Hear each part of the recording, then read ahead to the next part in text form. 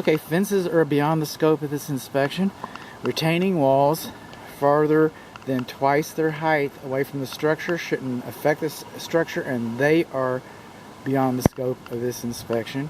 But this retaining wall here in the alley, and there's also the 45-degree rule, and I'm going to demonstrate that here in just a moment. 45 degree is if the retaining wall,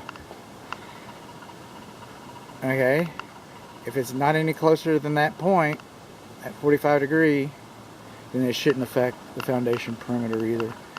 But obviously along the east side, this retaining wall has been repaired and it looks to be, operating, performing the function for which it was intended. But this retaining wall over here across the alley, it's going to be prudent to budget for replacement of this. It's not going to last that long. This is where some of your drainage discharges out here into the alley, which is supposed to, that's what it's designed.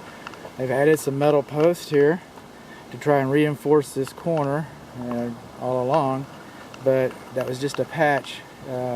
It's postponing the inevitable.